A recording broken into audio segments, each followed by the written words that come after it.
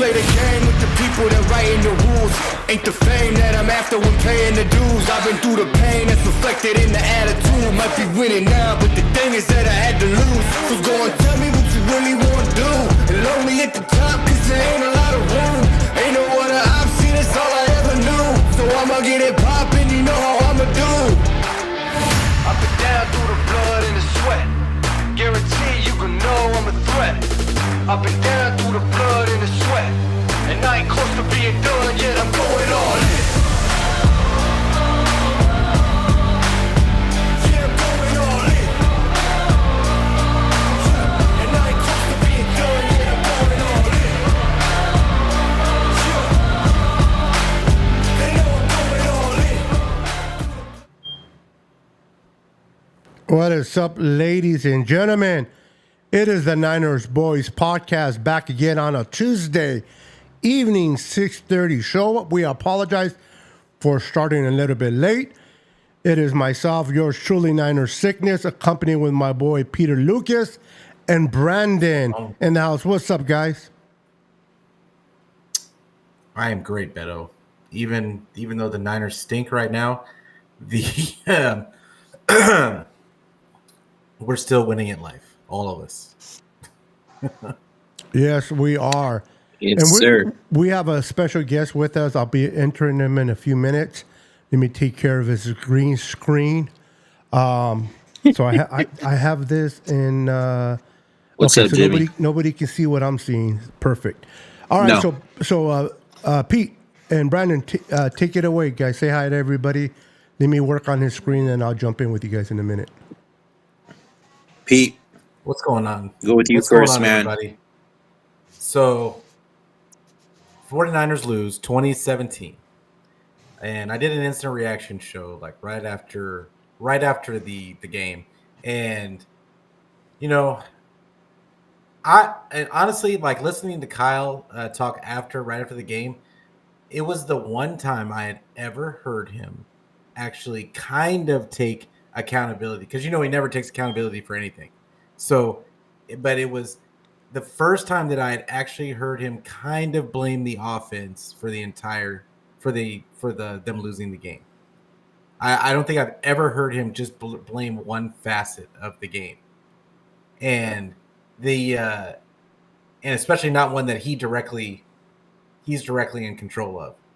So it's, once again, he talks about execution and like all those things, the normal coach speak that he always says, and then he gets mad at Grant Cohn as usual for asking questions that we actually all want to hear the answer to, and but the reality is he doesn't have answers. Listening to him speak, he doesn't have any answers. He's still talking about execution, and they just have to execute better. And it's the nonsense. Like if anybody is expecting for this team to look different next week, what do they say about insanity? What is insanity? It's expecting a different, like doing the same things over and over again, expecting a different result. Like that's Kyle. And that's being a fan of the 49ers. We expect every week for there to be some kind of adjustment, and he's not going to adjust. He's still waiting for this team to execute the plays that he puts out there, and that's supposed to fix everything, instead of noticing that maybe this team just can't execute the plays that you're calling. Like, it's a novel concept, I know, but it's almost like he's throwing the entire team under the bus and not running plays to accentuate the players on this team that we have. You've got to adjust to your personnel, in my opinion, as a coach. And he just doesn't seem to want to do it. But regardless, it was a very disappointing loss. And I sat there and watched the game the whole time. I couldn't even get excited throughout the whole entire game, but just because I was just waiting for the other shoe to drop. And it was throughout the game, they just hung around and hung around. You could see it coming. Every game has the same vibe to it, the same flow. So, but how'd you feel about it, Brandon? I was on the same boat as you, Pete. It was the same thing. Like we get the lead, and then we blow it in the towards the end of the fourth quarter. We can't keep the lead, and this is the third time it's happened, especially to a division rival. So, this is just the season it's not it. We're not making playoffs, and if we do, I guarantee you we're out by the first round. Injuries have killed us. Penalties have killed us, especially on the offense. And you saw that in Sunday's game. And defense does not look good at all. They look decent, don't get me wrong. But as soon as Nick Bosa was out there, God, what a completely different defense we saw out there. So we need help all around. Special teams still ass. What more can you say, man? Like, the last year was the year that we could say that we should have basically won it all. And that was, I think, honestly, that was our last chance. I'm telling point blank period. Like, this season is just it's not going anywhere. So that's where I'm at right now. It's kind of my guy Twin in the house. Got to say what's up, going Twin? on, Twin. Like, I haven't talked to my man in a minute. What's up, Twin? What's up, fellas? Can y'all hear me? Yes, sir. Yeah. What's going on, man? How y'all lovely fellas doing today?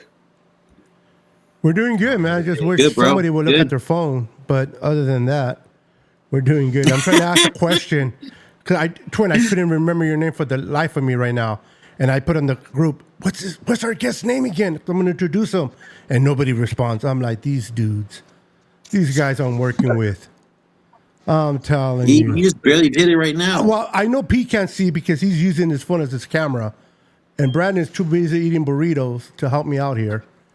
So. Hey, chill. It was actually pozole, okay? It was pozole.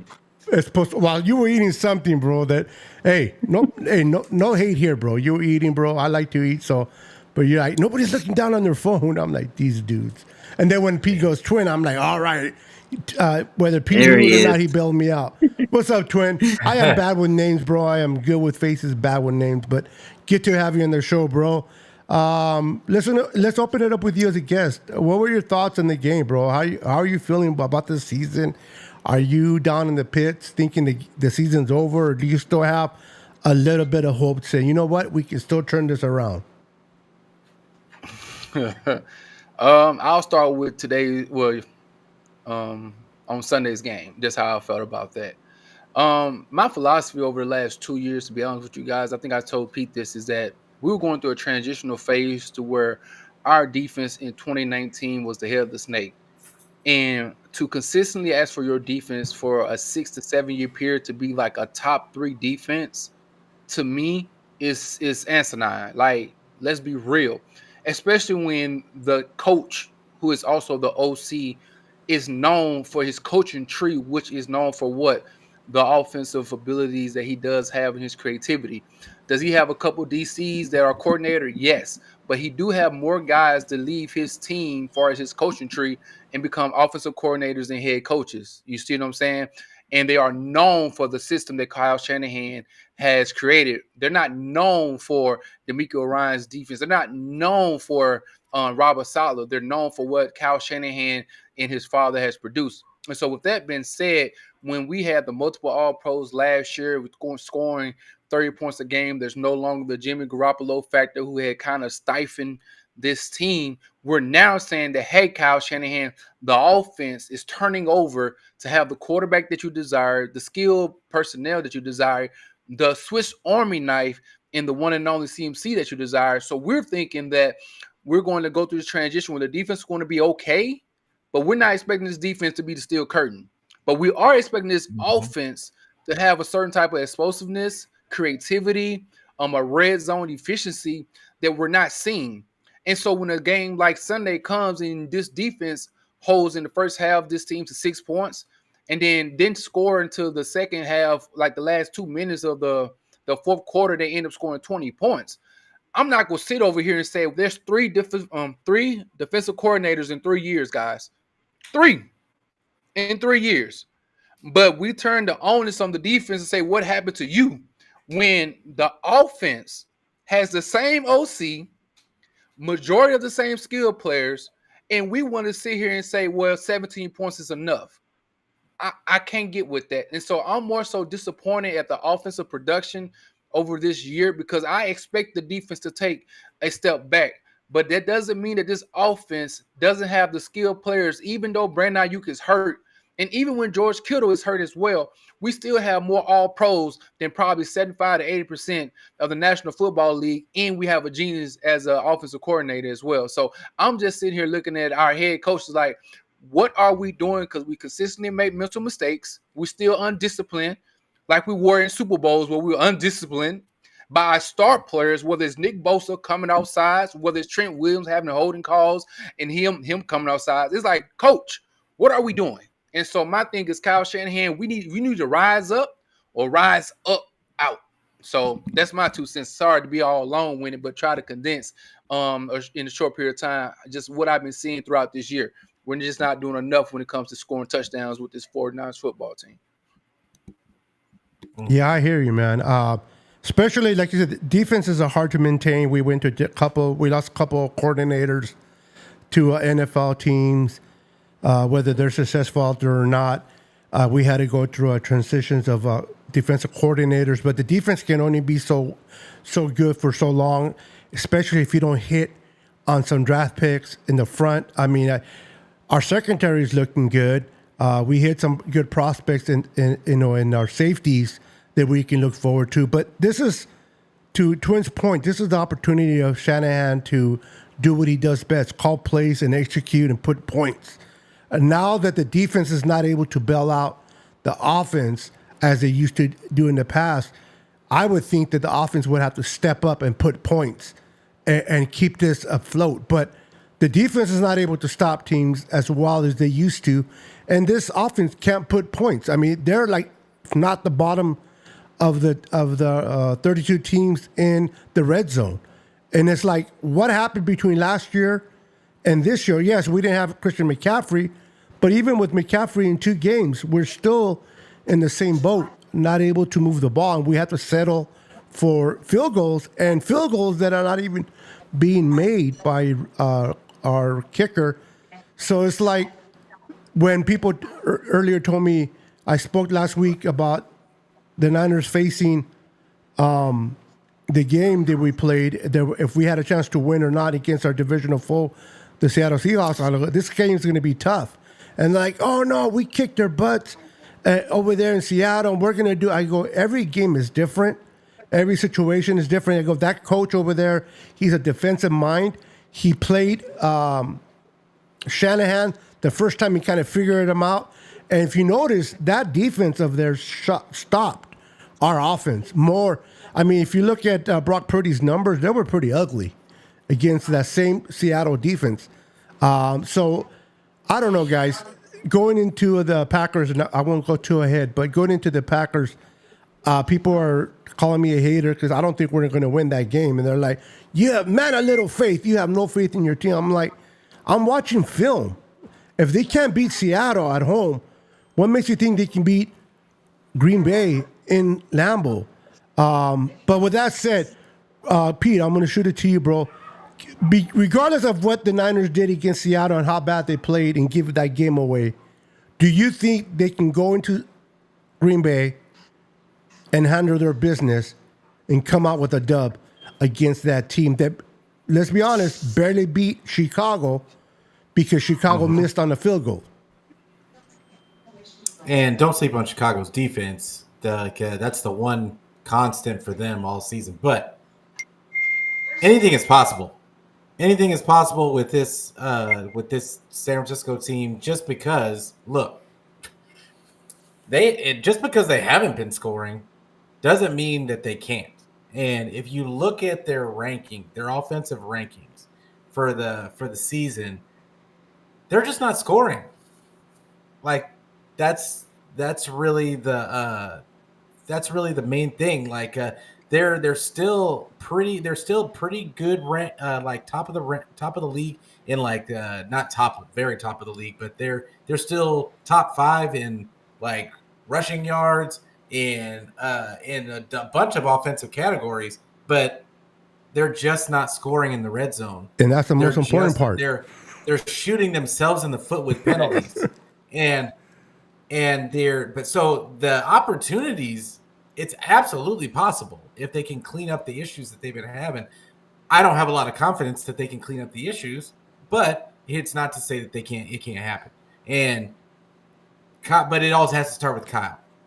If I know a lot of people want to blame the player, blame players for this, that, and the third, but it's not just if it was just one player, if it was just two players, if it was 4 or 5, I could see wanting to blame the players. But it's all 3 phases of the game on any given week is the problem, and the offense absolutely is not carrying this team.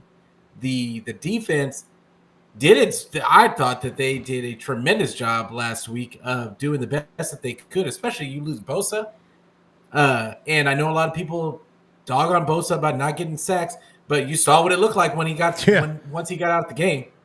And he is an integral part of that defensive line. So for the defense to do what it did, yes, they let it go at the end of the game. But I thought the defense played pretty well. Secondary, I think, played pretty well.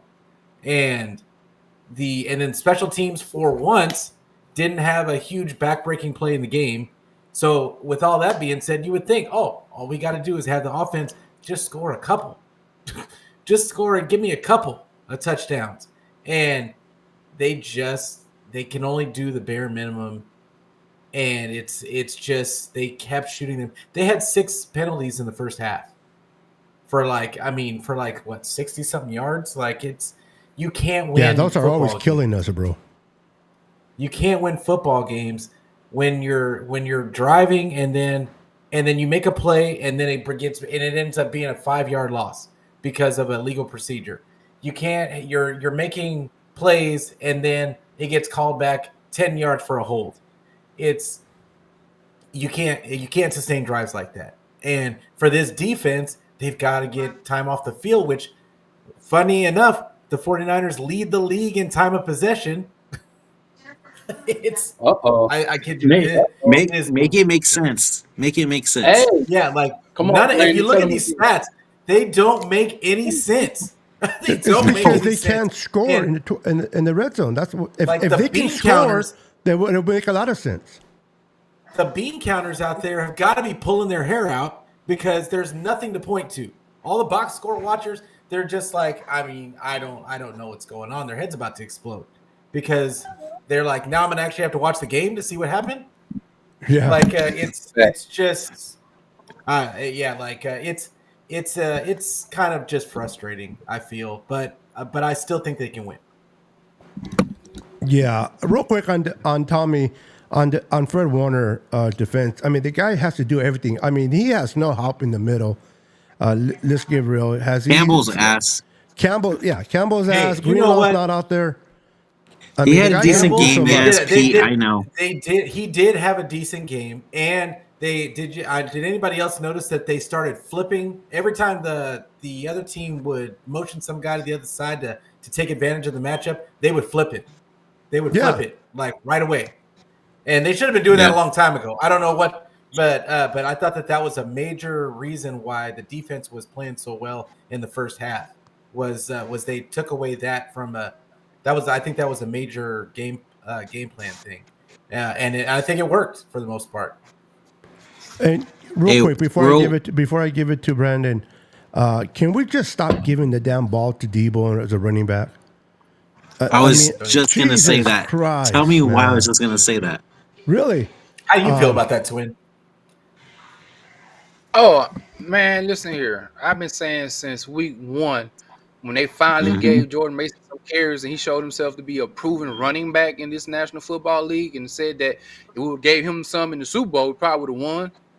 It's the same thing. I'd rather Jordan Mason run the ball because every game that Debo runs the ball, you know what he does? He takes a knee like he Colin Kaepernick on the sideline. Because he gets hit like he's hurt. And then he has to sit out 2 or 3 series. And without, you know what I'm saying? Like, it's consistent as that. You know what I mean? And so, with that being said, Debo, I need you to catch. I need you to be a wide receiver. We have a plethora of running backs that need to touch this But ball that's not and go really out there. Debo, though, is it? Twin, even him being at receiver, man, he's digressed. He's not the same anymore. He cannot get open. For sure. Like Well, I'm he's not. I always don't even struggled. disagree with that. The I only mean, we caught consistency hell. from Debo is getting hurt. Thank you. And we caught hell 2 years ago when we spoke on this about giving him the money and keeping BA because of we knew he was a product of not having CMC and Jimmy Garoppolo as a quarterback. But we never want to talk about that. You know what I'm saying? But anyway, yeah, get the ball to Jordan Mason. Debo don't need to run the ball unless it's the playoffs and we need to actually do a trickeration. I mean, look Isn't at it? they had Jordan Mason in what one down, and look how much yards he got on that carry. Two downs. Like He had 2 why did touches, you not 13 switch yards. him and CMC out throughout the whole game? Because Kyle's Like- a wuss and he loves CMC, and if CMC wants to be in there, CMC's the head coach. He says, I want to be in here, and Kyle says, okay. I don't even think that's what it was. I think it's the same thing that Kyle says in every single press conference. He wants the best player in at all times, and technically, Mason's not a good CMC player? It's like he's looking. No, I'm not saying that, but that's not what his Madden rating says, and like that's what Did Kyle you the say way Kyle Madden? looks at it. Yeah, that's what his Madden rating. CMC is better, so that's the way Kyle plays with these guys. Is he's like, I'm not taking this guy out because he's a 95 and that guy's Well, only then an he needs 82. to Kyle needs to So- stop playing Madden. But he has a ton of potential. But this guy's got a 95 speed, but he's only at 82. And this guy over here might be a 92, but he's only got 80 speed. And Kyle's like, okay, well, I'm going with the guy that's the overall better player. And that's why we lack speed on the field, is because he gives all these kudos to guys that have earned their spot with him. But Debo, he doesn't hold everybody accountable, and that's the issue. Debo didn't have to do the same things that B8 had to do. He don't have to block. He don't have to run routes. He doesn't have to be on all of his landmarks. But BA and every other wide receiver has to prove that they can do all those things. What's up, But Oak? not. How you doing? Yeah, it's kind of weird. I'll be honest with you, but yeah, that's Shannon. And real quick question, I want to ask Tone a question, and I want to see if you can answer to the best of your ability, bro. I don't want to be a controversial guy and bring up the controversy, but Jeez. would you rather have Sean McVay as your head coach than Kyle? And whatever answer you give, please give us an explanation of your answer. Who you talking to? Twin. Oh, My bad. I Honestly, said his name first, but my bad. I didn't hear it. Yeah, I didn't hear it either. But Oh, my bad. you're asking me if I think that Sean McVay over the last 7 years would have had the talent that Kyle Shanahan has had over the last 7 years, I believe he would have won 2 to maybe 3 Super Bowls compared to Kyle Shanahan. And I say that because you have to have ability to drop your what in the Come playoffs. on, preach it, brother. You have to. And this is the thing that you can't be conservative and you got to have the killer instinct. I don't care what nobody say, man. There's football and you can play the game the right way, but then there's football and you got to willing to like go with the gusto. You see what I'm saying? And when you go against the top of the top elite talent, like just a 53-man roster, we'll beat majority of the teams. If anybody bet money on games, we probably over the last 2 years, if you look at Vegas, have been the team that should have won the game. So just off of talent alone, Vegas already knew we were going to be a really good team. It's when you play against those teams like the upper echelon guys that you got to be willing to pull a trick out of what. You see what I'm saying? And that's what McVay, I believe, he does better than Kyle Shanahan. Or if you look at the game that they play against us, everybody knew that Cooper Kupp was going to get the ball. They literally for the 4th quarter said, no matter what, I'm going to get the ball to Cooper Kupp on consecutive drives over and over again. I'm going to force the referee to make a call, or he going to go out here and complete the pass. We don't see Kyle Shanahan doing that on a consistent basis where he'll pick on the opponent and say, I'm going to sit here and terrorize you until you do something different. Yeah. That's why she's not gonna do it. coaches like that would say, you know what, I would throw away my game philosophy and pinpoint your guys and attack them and make sure the job gets done. Yeah, I'm with you, bro. Go ahead, Pete. Yeah. I know you're fired up in there. Yeah, that's the game Don't of be football. stuttering, bro. I feel like Sean McVay is a football coach. I think that's the biggest difference between him and Shanahan is that Sean McVay just kind of inspires. He doesn't have to have the best players. He doesn't have to have all the bells and whistles. He came from the same tree. Yep. As Shanahan, like he uses some of the same concepts, but he's not held hostage by them.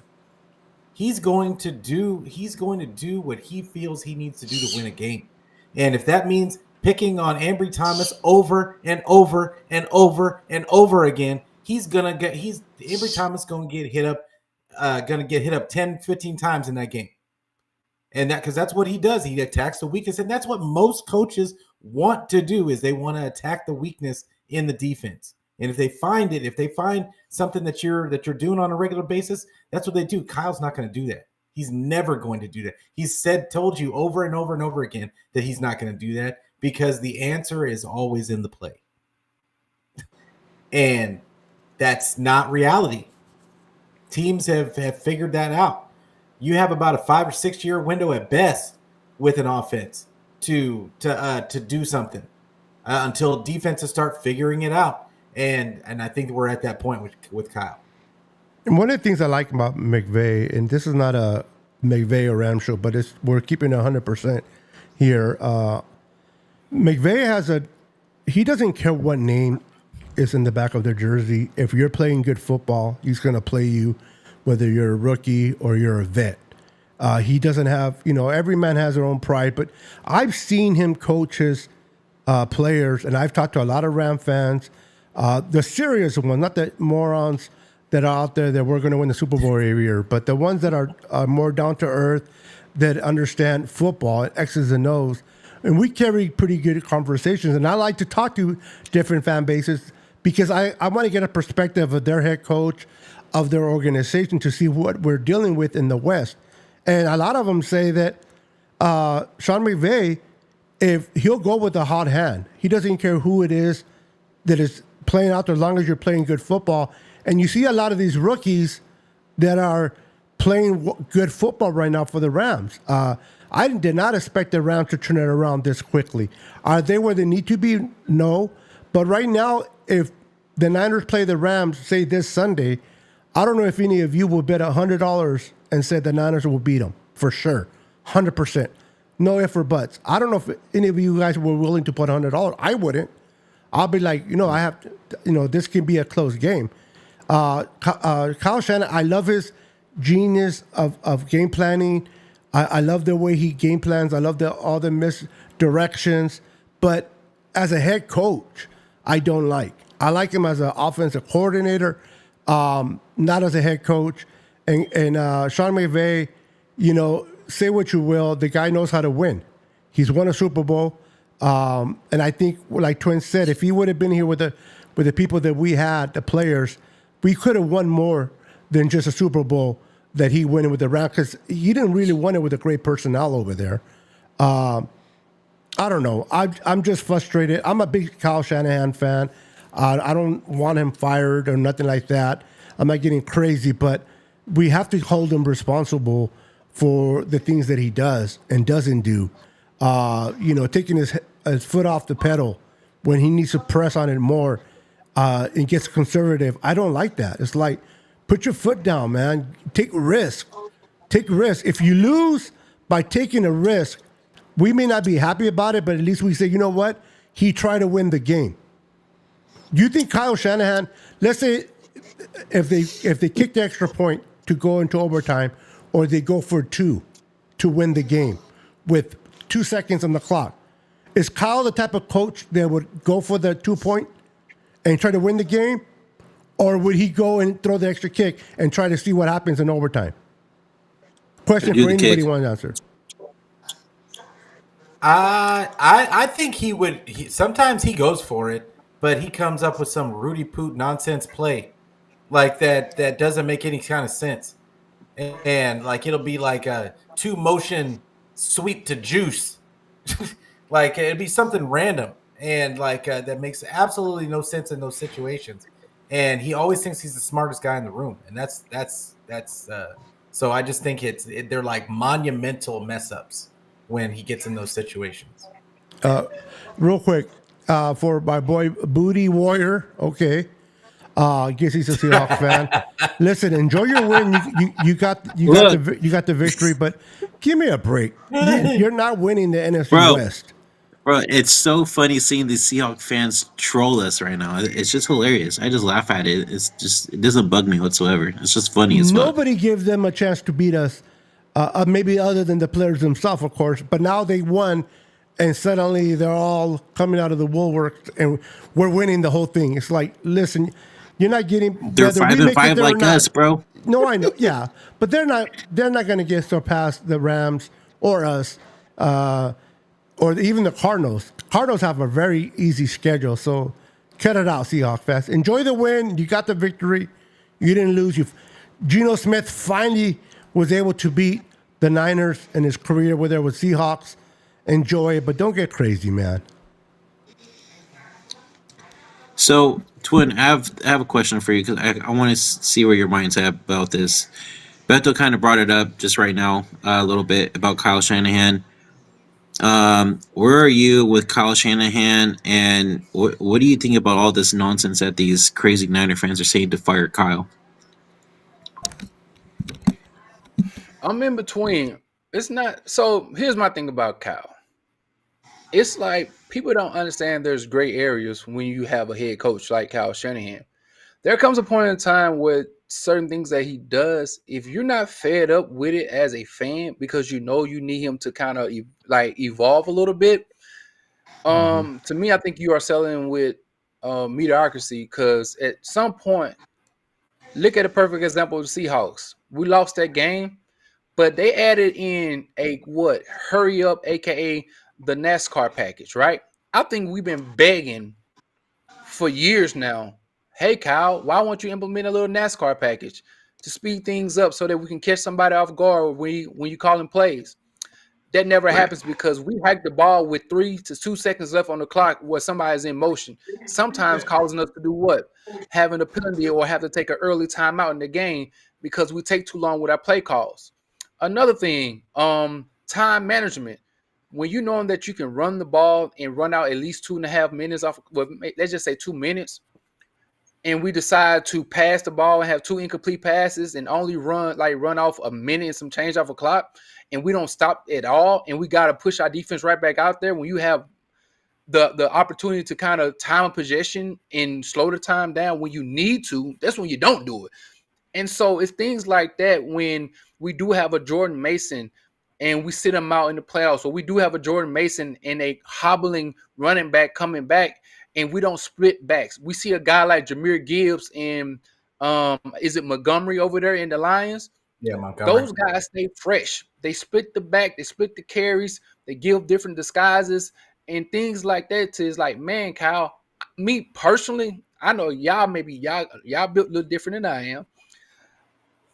If I'm a Golden State Warrior fan, for y'all to know, if my Golden State Warriors from 2015 to 2020 didn't win a championship with that team, I'm sorry, guys. I'm ticked off.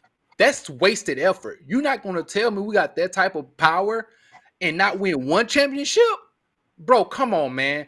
Steve Kerr, you need to be fired. Same thing.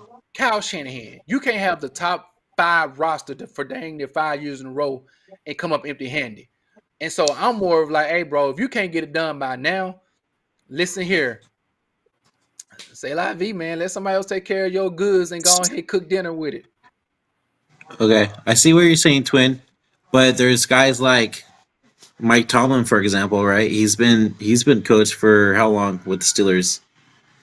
right? Super Bowl And winning like he's Tomlin. won what, a couple, huh? He won in the Super Bowl. beginning, and he Yeah. ain't tasted it. Yeah, Since. but there's a He- reason why the It's been Steelers 15 are staying years. with him after all this time.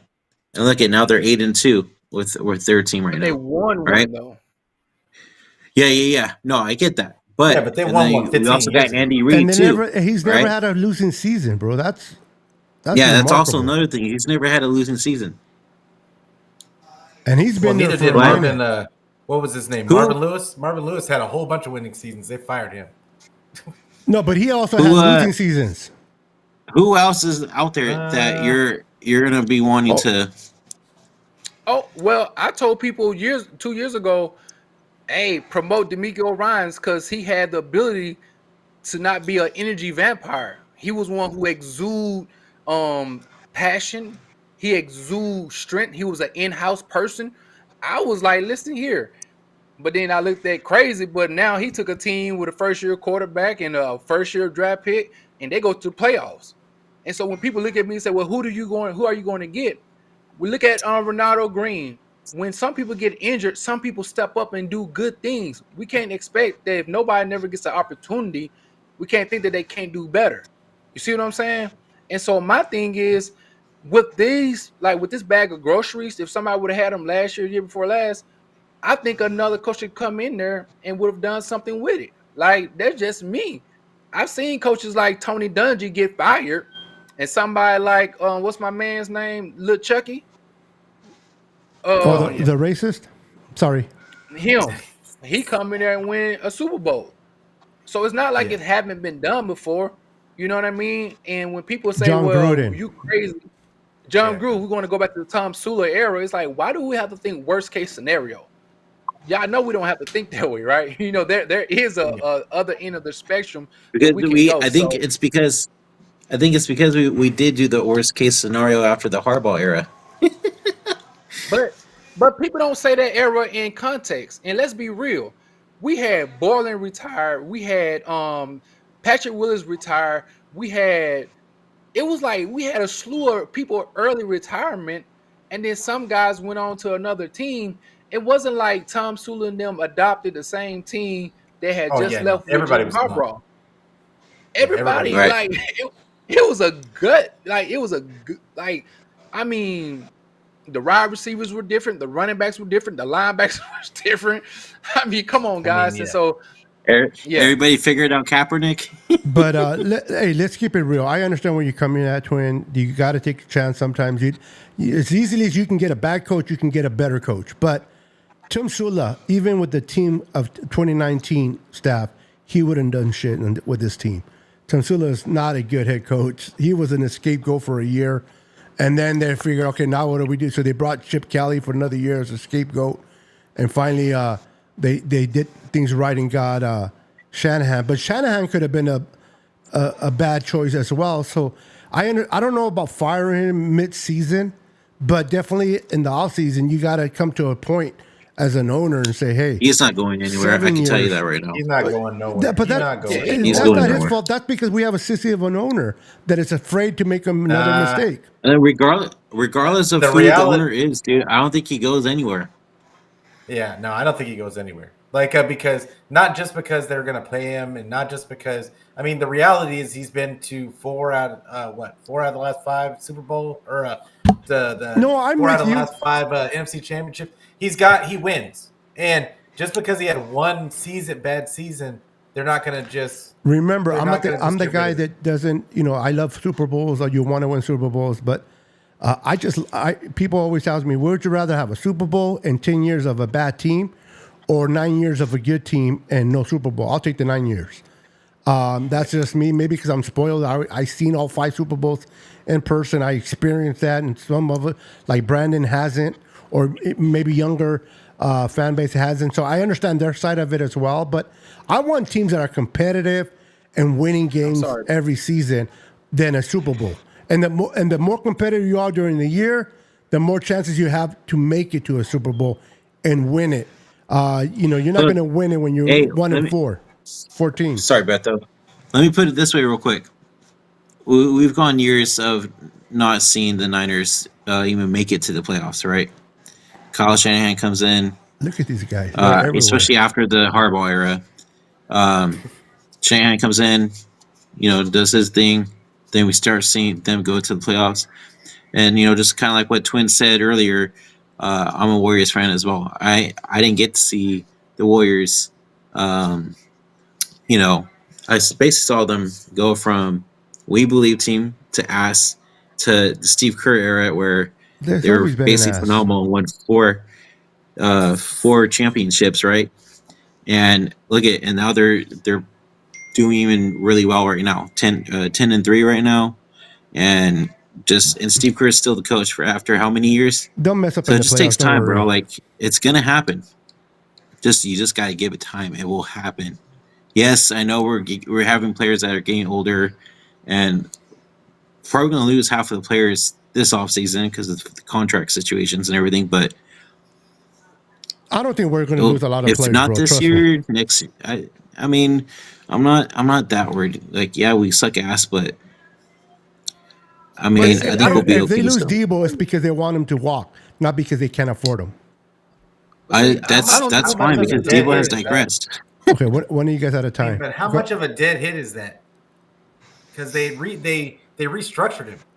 So like, Isn't that? I'm wondering how much of a dead cap hit that is. The only way I Didn't see they restructure Debo him for going less is money? if they trade him and they get a high draft pick for him, and then they'll eat some of that money. But other than that, I don't see Debo going anywhere. They have to get something back worth sharing some of that cost.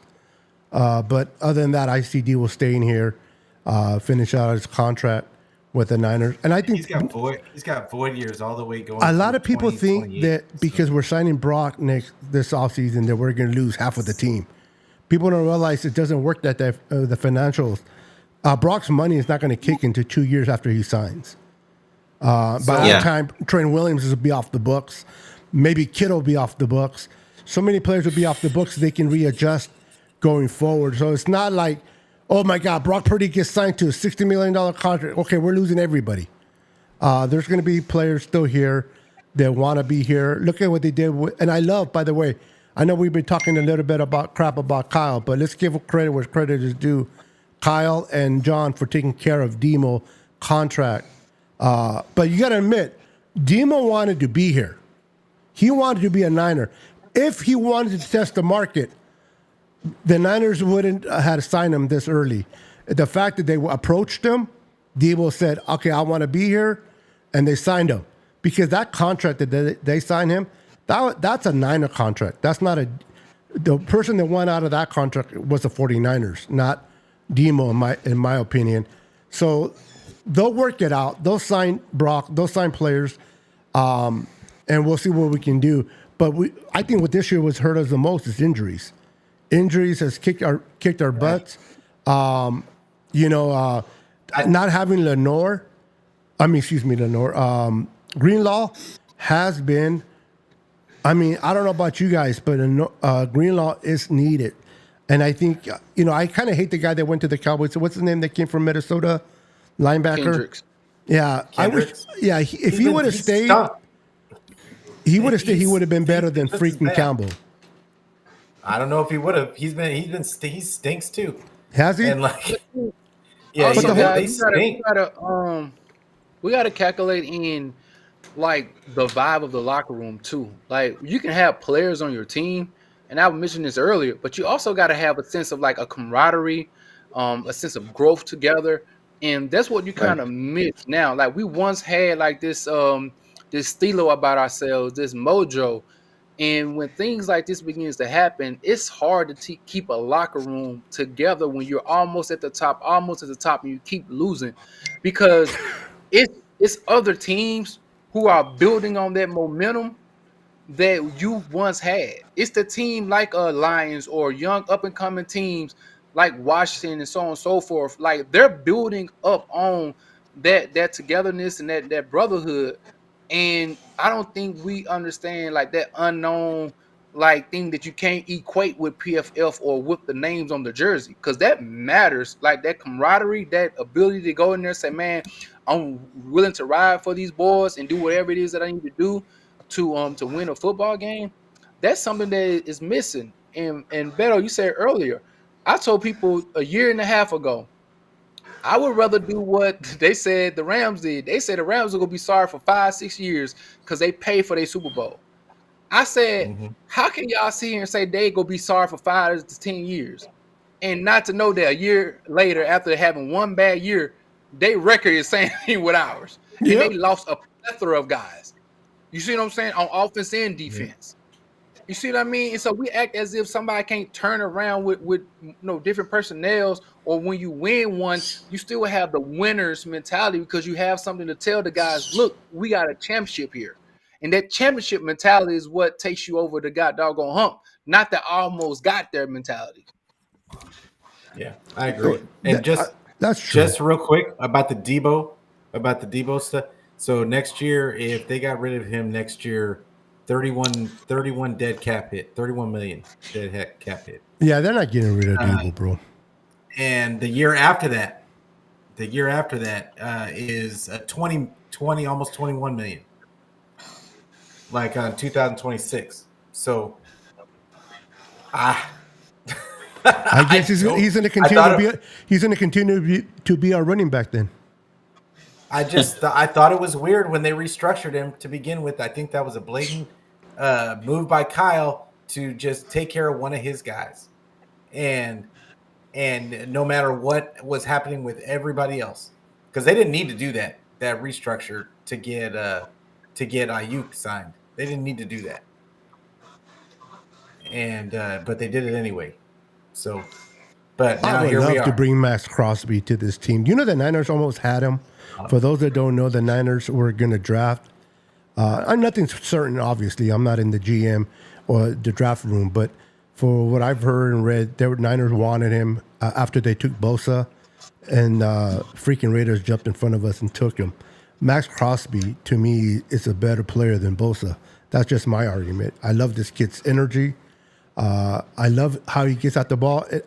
I love both. Don't get me wrong. I have a bunch of his jerseys. I love Bosa, but it's that energy. But the one that I love more is the guy from Detroit. Steelers, T.J. Watt. That guy, you hear his name every single game, whether they lose big or win game. That guy's a menace. Now, to Pete's point, we missed Bosa when Bosa was out of the lineup. True. That's just because our guys in the middle are not that great. They're doing their best of their ability. They're not bad. But that pressure, I don't know where the pressure went. And what a time for Mr. Number 56 to not have a 10-digit season. He's been having 10-digit seasons every year, and then he comes to the Niners, and it's, by the look of it, he's not going to make it to 10. Hopefully I'm wrong. He was getting good pressure in the last game. Like they had 4 sacks in this last game. They were actually looking pretty. The defensive line was getting pressure for most of the game until Bosa went out. Until Bosa was out, and then Geno Smith had 2 20+ yards runs. Well, that was the defensive call. I don't understand. That run I don't hurt. understand how you're like when they ran the first time. At that point, you've got to play contain. And once he ran the first time, you have to play contain because he hadn't run the whole game. And then when he does it, he's going to look to do it again. Right. So you have to play contain in that moment, and they just didn't. And I would say on the one play where he the first one where he ran, your boy Floyd, he took the widest angle I've ever seen in a game. He literally ran all the way outside of the play and tried to come back in. Yeah. And it left him a wide open lane. It was you got to watch that play back. It was hilarious how wide he went to try and get around the tackle.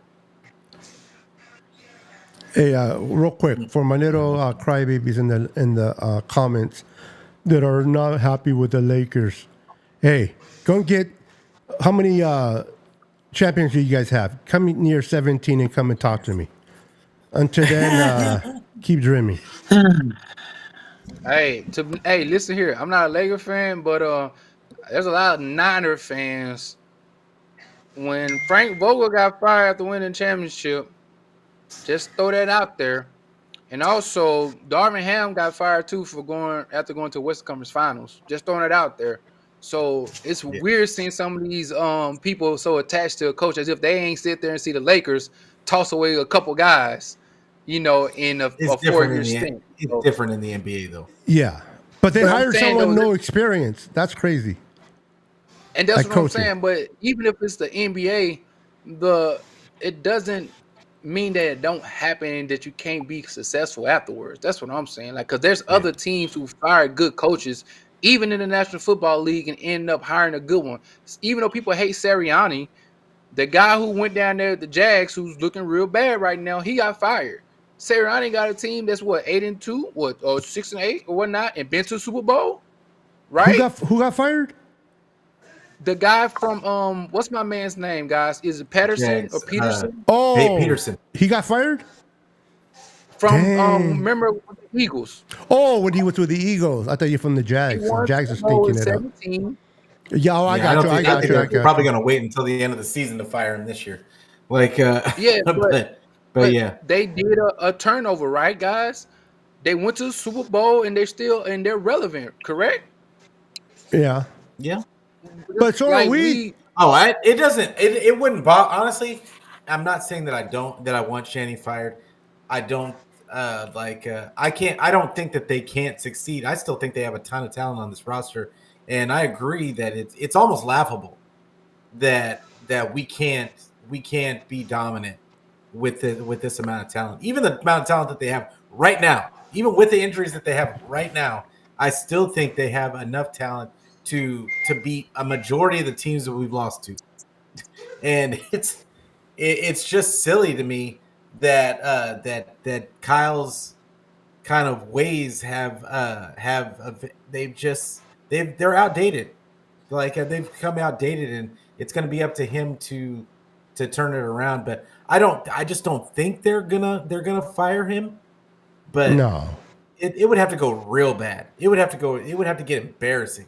you would have to have like 2 or And 3 consecutive losing seasons to get to that point. Yeah, I think if this happened again next season, I could totally see, and because we don't know how the season's going to end, and as bad of a trajectory as the team is going right now, you just don't know. They might win. They might end up at a game over 500 or something like that, and then next year they have a pretty decent season, and then we're not talking about Shanny anymore. We're right back to calling him a genius. Well, at least the rest of the fans are. I'm not calling him a genius until he wins the Super Bowl, and yeah. But it is what it is. I tire of the fire Shanny stuff. Just because I don't see the ownership doing that. He's made him too much money. So Joe Douglas got fired today, huh? Interesting. Yeah. Yep. Yeah, he talked a lot of stuff for him to eventually get fired. But that team is just a dump. They tried. I don't even fault him. I don't even think that he's necessarily a bad GM. For him, it was just bad luck. I love my boy Ramos. That Jets team just sucks. He hates the Lakers, but he'll back off a little bit because I like the Lakers. That's my boy. Val Ramos, you're awesome, brother. Hey, it's all right, bro. You can hate on my team. You can talk shit. I don't care who talks bad about my team, as long as we can keep it respectful with one another, bro. It's all game. I don't expect people to like my team because they like me. Because I like Twin and I like my boy Brandon, but the Warriors suck. So, in my opinion, at least. But hey, it doesn't. But I love my boys. No, the Warriors don't suck. They're. You know what? With the Warriors, real quick, I know it's football, and I'll keep it back to football. People ask me, why are you a Lakers fan since you're a Niner and Giants fan?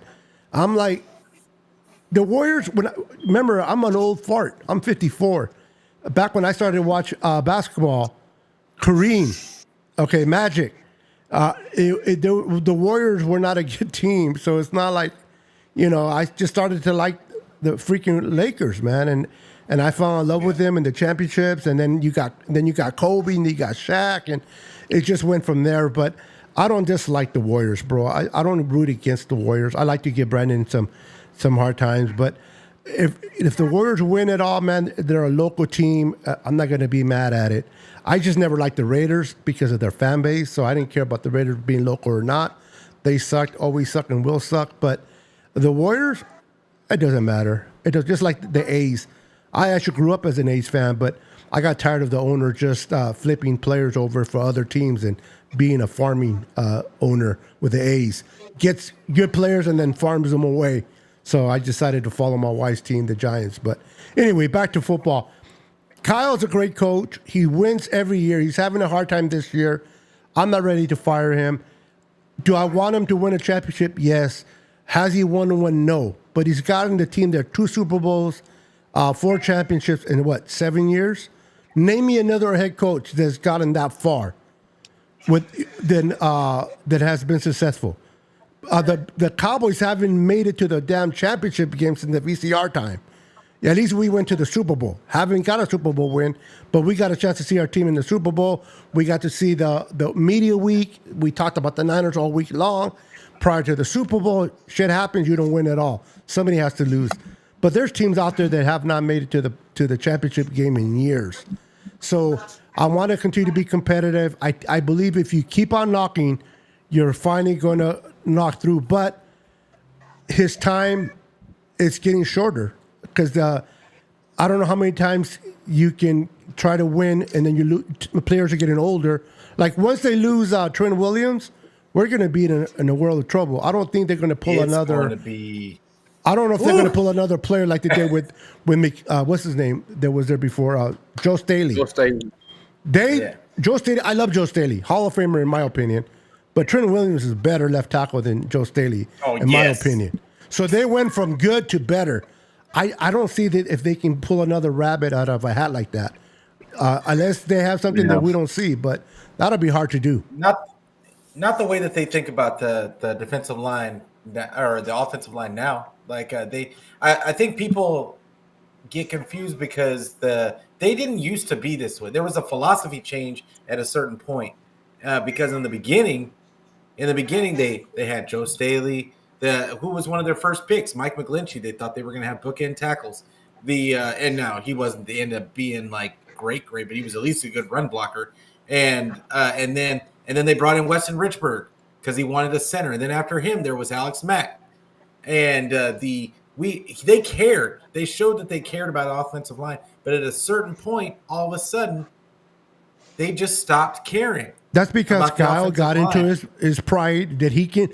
Kyle wants to be the genius of everything. Kyle wants to be the reason why we win everything. And he don't want to take the blame when we lose everything. I understand he wants. Hold on real quick, Brandon. You got to go? Yeah, I got to go. All right. Tell your other boys, thank you for taking you away. Appreciate you. Have a good evening. All right. I'll see you guys later. Hold on. Later. Let me put you on there, twin. Boop. There you are. You're Brandon now. What's up, Brandon? Look at you. You were spending a little bit in the sun, my friend. Love my brother. A lot of sunbathing out here. Yeah. Hey, real quick, Brad, twin. I know you're not feeling all hot about your team right now, but how is your brother feeling at this point? At least we have hope, bro. What does he have? He like, listen here. Both of our teams was relevant, right? I was like, yeah. Both of our coaches was winning, right? Yeah. Both of our teams underperformed, correct? Yeah. Both of our teams are looking quite mid right now, are we? Yep. He said, guess what? My team still won Super Bowl last compared to yours. And then we just keep on talking about each other back and forth. Oh, wow. I can't even say that. He like, look at you. But, hey, bro, hey, we've been to a Super Bowl, in other than the VCR time. They haven't even been to a championship, bro. But before we go any further, please explain to the audience that don't know who your brother is and what team we're talking about. Because they're hearing, but they're like, who is his brother? Man, well, shout out, man. My brother, Law Nation. You could check him out on YouTube, Law Nation Sports, man. He's one of the top, I guess you would say, cowboy creators. He has a small following, but it's okay. Yeah, I got a small following. Yeah, but also, I just like, he's one of the pioneers, though, if we want. Like, yes, he is. When this wave of content creators started, like, picking up on YouTube, I think my brother got content from 2015, 16 out here. and he just kind of rose the ranks. And so, man, shout out, if y'all don't follow him, check out Law Nation on any platform. He's there, man. He gonna give you really good content. He's cool, calm, gives everybody opportunity. Whether you're a 49er fan, Eagle fan, whatever, man, he shows love to everybody, man. So go check him out. Yeah. You know, like I said, I like to watch all types of content creators that kind of are not the ones that are always, my team's good even if they're not.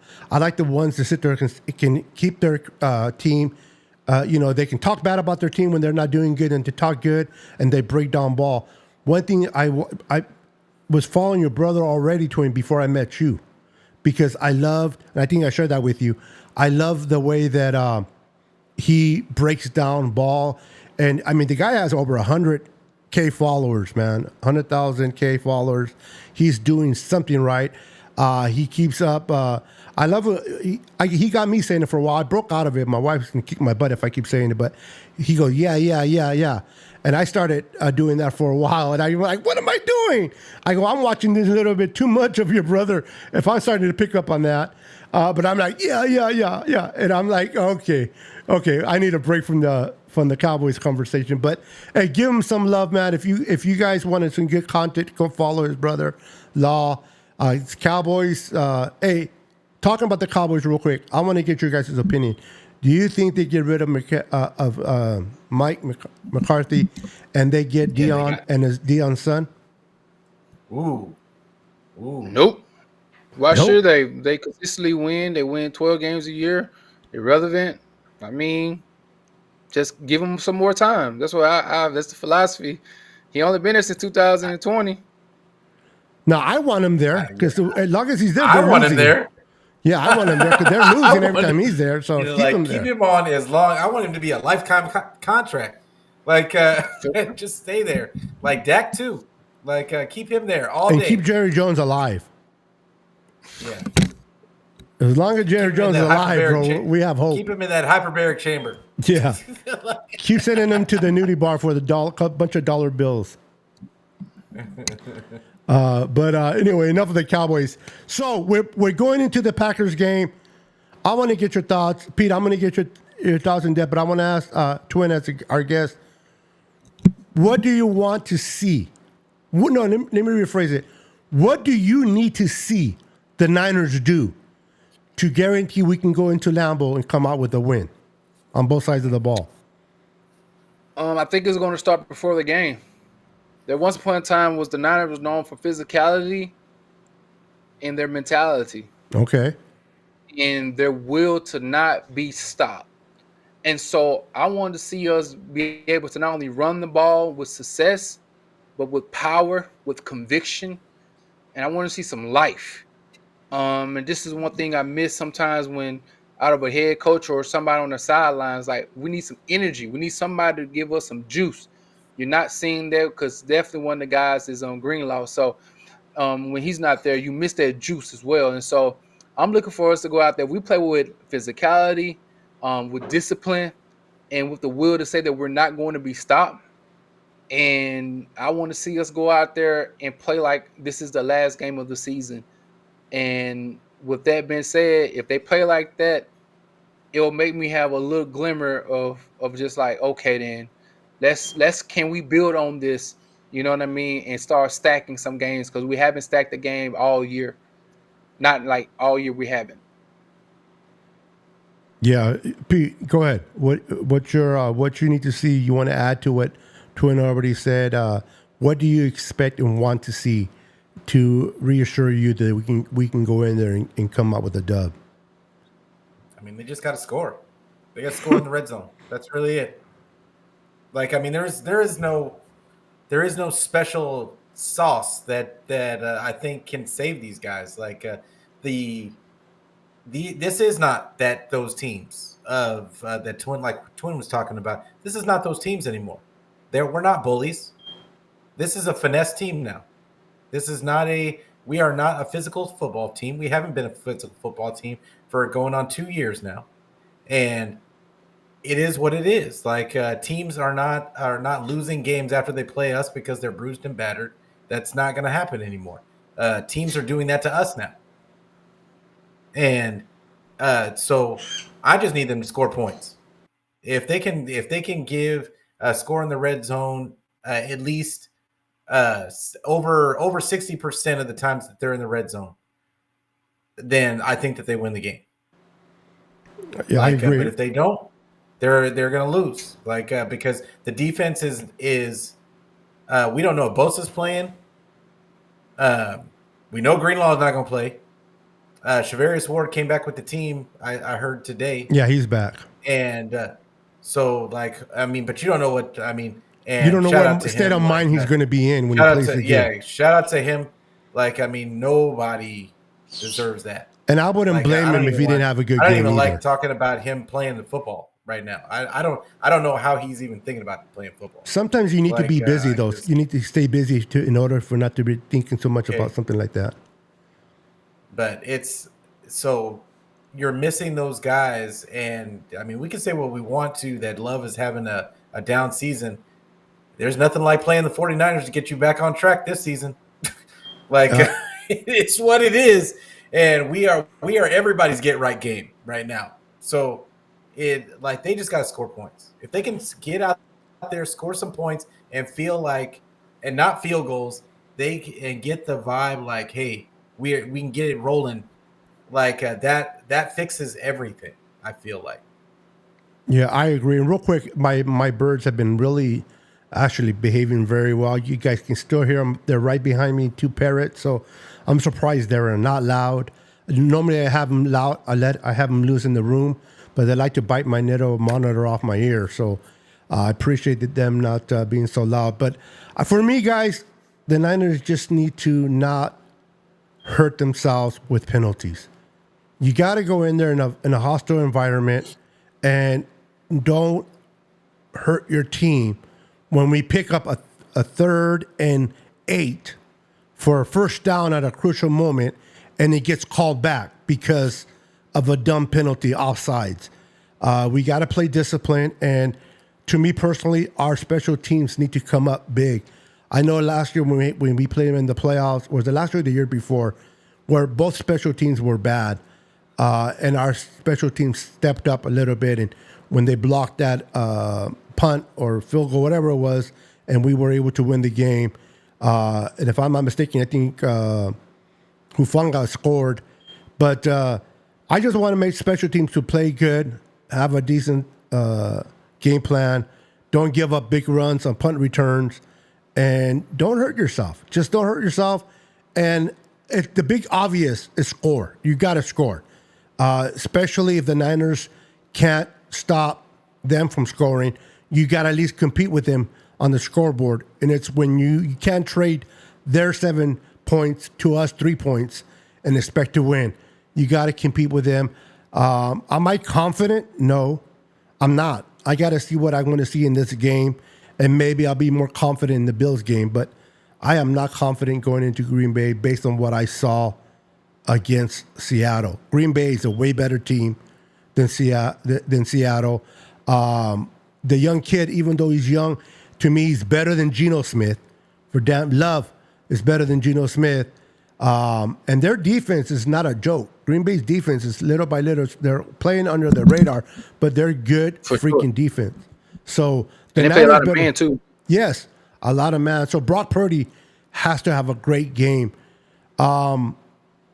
Before we get out of here, because we hit the hour mark, and I just want to say first and foremost, thank you for earlier Brandon being with us. He had a prior commitment that he had to go to. I appreciate him, like always. Twin being our guest today, I appreciate it being with us today. And my boy Pete, man, I don't know what I'll do, what type of show I would have without you, brother.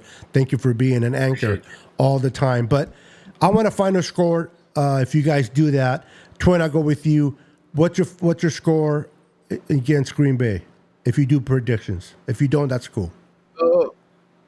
I heard if the weather is inclement, it'd probably be like 17-21, something like that. You know what I mean? And I'll say this too before you switch over to Pete.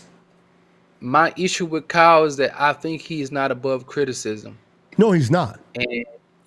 And my thing is when people say you criticize Kyle, you're a hater. And it's like, bro, and not you better. Like, I appreciate how we talk about sports. But there's people who automatically goes to you think like Yeah, he's I trash. hear Like, you. no, bro. I'm like, man, listen here, guys.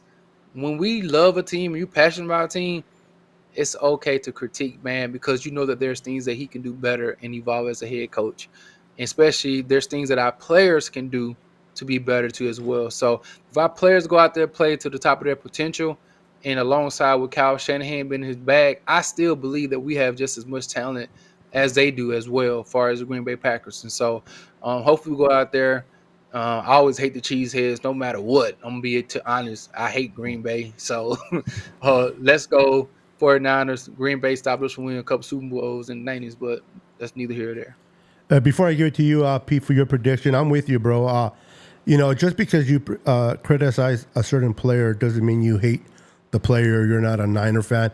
I think personally, when you do predict players and your team, to me, you're more of a Niner fan. You're more passionate about your Niners, and because you love winning. Everybody loves to win. And when players deserve the credit, you give them credit. You give them their flowers. But when they don't, you should be able to criticize them in the same token as you give them flowers when they do well. The fact that you criticize somebody and you're not a real Niner fan, or you hate the Niners, or you hate this. Now, where I draw the line is I'll criticize Kyle. Where I draw the line is we're going to fire him. We need to fire him without giving me at least an idea who you're going to replace him with. Give me some names. Let me see some film. Give me some, try to convince me in a sense where sell me on, okay, we're going to get rid of Kyle, but this is why I think we should get rid of Kyle because of A, B, and C. Then I'll hear you out. But if you're like, let's just fire Kyle, who do you replace him with? I don't know. But I don't know. I can't deal with that. Tell me who you're going to replace him with. Give me some candidates. And then I'm not afraid to move on from Kyle, but I want to get some kid, like, for example, the guy from the Steelers. I keep forgetting his name. Help me out, guys. If he was fired from the Steelers, which will never be, Mike Tomlin, I would take him in a heartbeat. I would take him in a heartbeat over Kyle. I'll personally go pick up Kyle's baggage and send him to the airport. Because I love Mike. This guy's a winning coach. But you gotta tell me that. But real quick, Brandon, give me a prediction with your on this game. And real quick, Twin, I love the way he did it. Brandon left. He gave Twin gave us a prediction, but he didn't say which team though. I like the way he did that. He's a little slick. He just gave us a score, but he didn't say what team. He let us assume he's talking about the Niners, but we'll see. Good, Brandon. I'm just kidding. Twin. Brandon. I keep telling you, Brandon left. Who's saying Brandon? Me? You keep saying Brandon. I called you Brandon? Yeah, like twice. I'm tired, bro. But it's okay. It's all right. I'm tired. You don't look nothing like Brandon, bro. You're at least 40 pounds smaller than him, so I'm sorry. Oh, see, I'm not even trying. Hey, I'm a fat guy. I can say that. But I look at it like this. I think that the 49ers can win this game. I'm gonna because I don't want to pick the exact same score. I'm gonna go 24-13 Niners, and the reason being is I think because they don't even want to say that BOYZ is not going to play. I don't think he's going to play, but I think them just being able to. I have a feeling the defense is going to be okay. Jordan Love has struggled a lot this year, especially with giving the ball up. I think this might be a game. I'm just hoping that it's a game that Kyle turns it around, because I know that the talent is there, and at any given moment they could pop off. And so I'm gonna be positive in the situation. But I want to bring up what we were talking about as far as Kyle.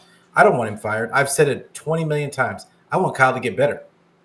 And that's my thing is I want Kyle to be better. And I love that we can be honest about what on this show, and I definitely do it on my show, is I don't care about the views and I don't care about the subscribers. Not that I don't care about all the people in the He just said you don't like you guys. I love y'all. At the same time, I don't do my show for that. I do it to get our views out there. And so if that means I stay at 400, at a little over 400 subscribers for the rest of my time on YouTube, I'm gonna keep keeping it real, and I'm gonna say how I believe about this team. I'm not pandering for views from anybody.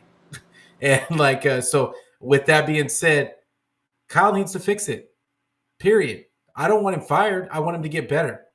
And Easier said than done, though. He's just got to get over his mental block that he has.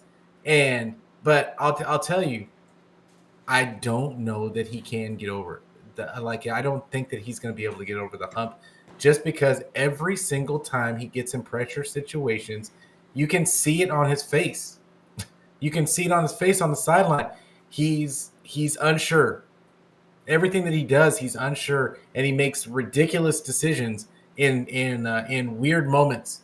And I don't know, because I think that he's always going to think he's the smartest guy in the room, and that he has to do all the bells and whistles on every given. When they need 3rd and 1, we can't just run the ball right at the gut and get 1 yard. We can't do that. We've got to have 2 motions, and 2 motions and a twist to Debo going a half route the other way, just to give it to Juice. And that, I think that's part of the reason why we are what we are today. We, at certain time, we transitioned to a finesse team, and we don't have the players to be a finesse team. We don't have the players. We're half and half right now. This team is half and half. They've slowly transitioned these players. You mean we don't have the players to be a bully team? No, we don't have the players to be either. I think that it's a mix right now, because they're in the middle of this transition period where they still have Debo and Kittle and all these guys that they used to be as bullies, but they want to be a finesse team, so they bring in Pearsall and Cowing and all these other people. The offensive line, they went from actually caring about it to now bringing in serviceable guys. And even on defense, they're trusting in Chris Kasurik to make these guys stars, and they're undrafted free agents. At a certain point, you have to go all in on one thing. Either you're going to be the bully or you're going to be the finesse team. I think right now they're in a transition period, and I think that's the real reason why this team is really kind of struggling, is because they've got one toe in and one toe out in everything that they do.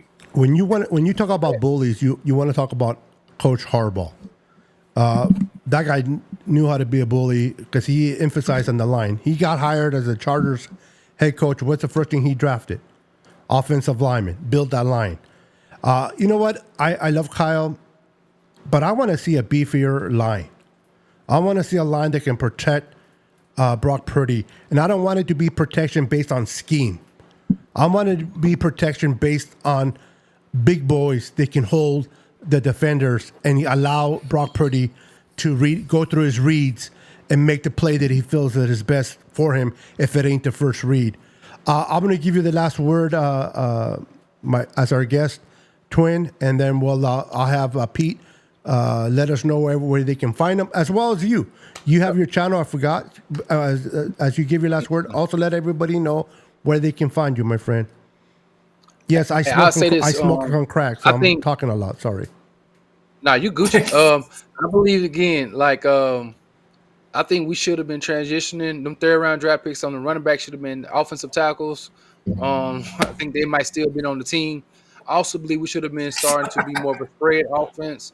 Jerry Rice came on the radio station, said it best. We don't spread nobody out. We don't give it no 5 wides. We don't give since everybody know that the middle field will be condensed. These guys are becoming a little more familiar with our offense when it comes to stopping the plays in the middle of the field. And so I will hope that Kyle Shanahan go ahead and make a decision. If you want to spread it out, you see Brock is your quarterback, I think it's time for you to just start, hey, let's open this playbook up. Let's get Cowing. Let's get Pearsall, Juwan Jennings, however many guys you can on the field. Get your most talented guys, CMC, Mason. Let's get all them guys on the field at the same time, man. Spread these guys out and try to use every blade of grass to confuse the defense and spread them out. And so, with that being said, follow me on YouTube, Twin Empire _ hit your boy up, man. And I appreciate y'all for having me on. I was late far as getting on. Been definitely a different year this year for me. But thank you guys for having me. I appreciate seeing you guys as always. You feel me? I love it. I love it. Appreciate you, bro. Where can we find you at again, Pete? Let everybody know. Yeah, so Niner Fanatic Podcast. I'm on YouTube. I'm on Twitter. I am on Facebook. I'm on Twitch. I am anywhere where you can get your audio podcast. I don't care where you get it, just get it. And yeah, really, like, just tell a friend to tell a friend so we can be friends. I told myself I'm not gonna say that anymore because no Diddy. And like, but yeah. But yeah, it's just come on through. We're gonna hate on the Niners together, and we're gonna complain, and we are gonna be negative, and you're just gonna get all your frustrations out. I'm gonna lean into it. All these people that say that I'm negative and like all of this stuff, you're damn right. Like, that's what I do. So it is what it is. I love it. I love it. Once again, Twin, thank you for being with us. You're always welcome to come and join us anytime you want, brother. Doors are always open to you. Appreciate you. Everyone for watching. Thank you guys for tuning in. I say this every time. I never gets old. You guys are the true MVP of the show. You guys are the come and take your time of your important day after a hard days of work to watch a couple guys talk about our team. And you spent the time with us in the comments. I just want to say thank you to each and every one of you. Thank you for my panel for showing up today. You guys have a wonderful rest of the week. Enjoy the week. Be blessed. Always remember, be kind to one another. And God is always number one. And tune in next Tuesday, God willing, at 6:30 p.m. Pacific Standard Time for another episode of the Niners BOYZ podcast. We're out of here. Peace.